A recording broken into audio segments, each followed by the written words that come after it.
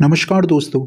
रफ़ी साहब और लता मंगेशकर दो भारतीय संगीत की दुनिया में ऐसे कोहिनूर हैं जिनकी चमक हमेशा बरकरार रहेगी। इन दोनों ही फनकारों ने अपने फ़न से हिंदी सिनेमा के संगीत को देश ही नहीं बल्कि दुनिया जहां में मशहूर किया है। रफ़ी साहब और लता मंगेशकर के प्रशंसक दुनिया भर में हैं। रफ़ी साहब के जितने डुएट लता मंगेशकर के साथ हिट हुए उतने किसी के साथ नहीं हुए।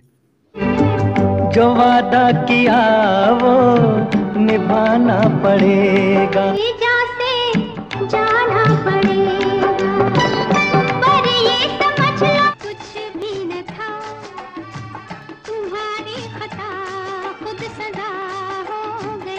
दिल पुकारे आरे आरे आरे, दिल पुकारे आरे आरे आरे।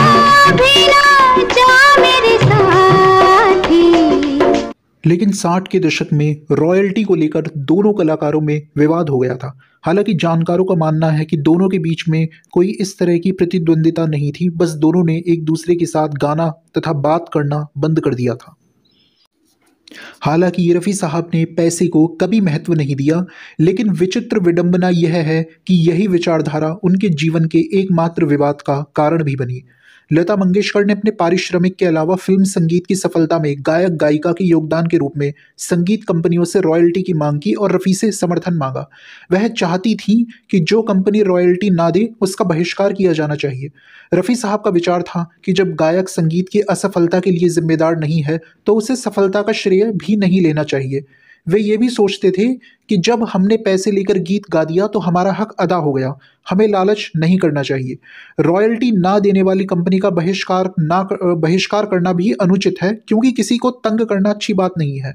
लता ने इस मुद्दे पर समर्थन जुटाने के लिए अपने घर पर सभी गायकों की एक मीटिंग बुलाई, जहां पर रफ़ी साहब को छोड़कर सभी ने लता मंगेशकर का समर्थन किया। इसके बाद लता ने रफ़ी के साथ गीत नहीं गाने का निर्णय लिया। एक रेडियो इंटरव्यू में लता ने इस मीटिंग का इस प्रकार वर्णन किया है। तलत साहब और मुकेश भैया ने भी रॉयल्टी का समर्थन किया। जब रफ़ी साहब से पूछा गया तो वे बोले, मुझसे क्या पूछते हैं, महारानी जी से पूछिए। मैंने कहा, आप महारानी महारानी क्यों कर रहे हैं? तो रफ़ी साहब बोले, तो और क्या कहूँ, जब आपका रवैया ही ऐसा है, ऐसी बात है तो मैं आपके साथ नहीं गाऊंगा। मैंने कहा, आप क्यों कष्ट करते हैं, मैं ही आपके साथ नहीं गाऊंगी। बस इसके बाद से ही लता मंगेशकर ने सभी संगीतकारों को फ़ोन कर दिया।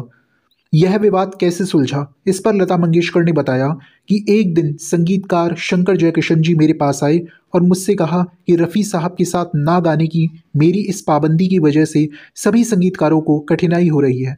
मैंने कहा, ठीक है, मैं उनके साथ गाने को तैयार हूँ, बशर्ते रफ़ी साहब माफ़ीनामा लिख दें।